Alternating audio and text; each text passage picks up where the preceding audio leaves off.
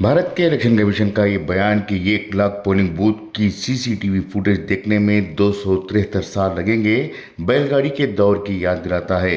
क्या कमीशन नहीं जानता कि डाटा एनालिसिस में हिंदुस्तान ने कितनी तरक्की कर ली है? इलेक्शन कमीशन ने हाल ही में एक ऐसा बयान दिया है जिसको सुनकर साइंस भी शर्मसार हो जाए और रियाजी भी खुदकशी कर ले।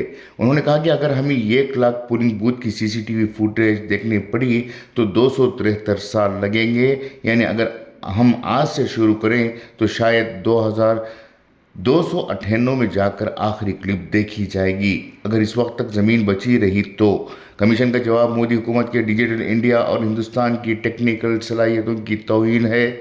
साबिक chief election commissioner Rajiv Kumar ने भी कहा था कि अगर 5.10 लाख पोलिंग बूथ के डेटा को रोज़ाना 8 घंटे भी देखा जाए तो इसमें 1 करोड़ घंटे यानी 3600 साल लगेंगे। लेकिन क्या वाकई में इतने साल लगेंगे? क्या मुल्क अब भी डायल अप इंटरनेट के दौर में है या बैलगाड़ी के दौर में? दुनिया क्वांटम चिप के दौर में है। गूगल ने हाल ही में विलो के नाम से क्वांटम चिप लॉन्च की है जो 5 मिनट में वो काम कर सकती है जिसको करने में पुराने सुपर कंप्यूटर को 10 से 25 साल लगते थे।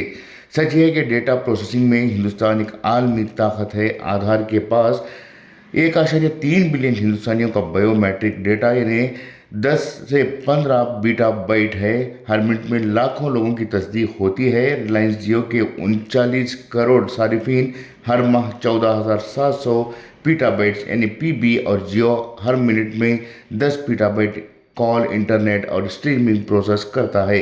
फ्लिपकार्ट भी मिनटों में करोड़ों ऑर्डर्स प्रोसेस करता है। 1 पीटाबाइट में 20 लाख घंटे की HD फिल्में स्टोर होती हैं। 1000 से ज़ायद HD फिल्में सिर्फ 1 सेकेंड में डाउनलोड होती हैं। बेंगलुरु के 800+ ग्लोबल कैपिटल सेंटर में 2.2 लाख टेक माहिरीन गूगल, माइक्रोसॉफ्ट, अमेजॉन जैसी ग्लोबल कंपनियों के सैकड़ों बीटाबाइट्स यानी अरबों खरबों डाटा प्रोसेस करते हैं।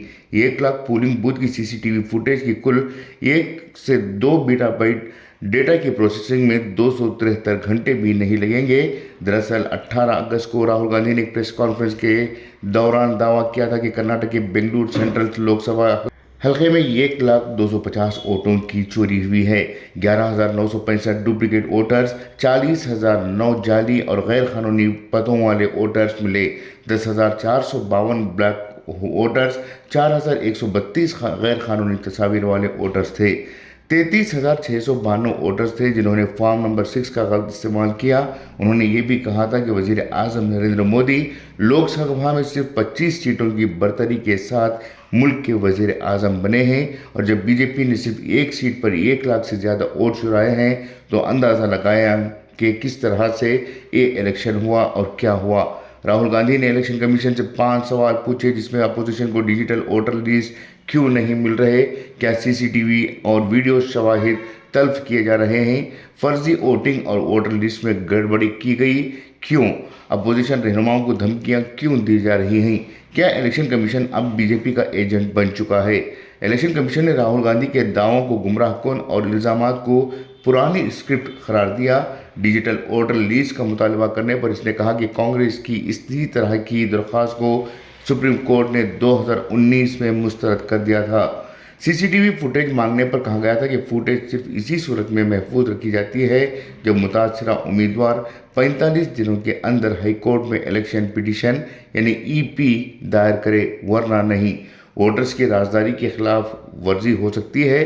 ये इलेक्शन कमीशन की आईनी जिम्मेदारी है कि वो मुनसिफाना और शिफाफ इंतखाबात को यकीनी बनाएं और तमाम जमातों को वोटर लिस्ट दें और ज़रूरी डाटा फराहम करें। लेकिन ऐसा महसूस हो रहा है कि इस वक्त इलेक्शन कमीशन पूरी तरह से बीजेपी का एजेंट बनकर काम कर रहा है। इसी वजह से वो न तो डेटा फराहम कर रहा है न ही सीसीटीवी फुटेज, और ये कह रहा है कि पूरे इलेक्शन की फुटेज को देखने के लिए 278 या 273 साल दरकार हैं।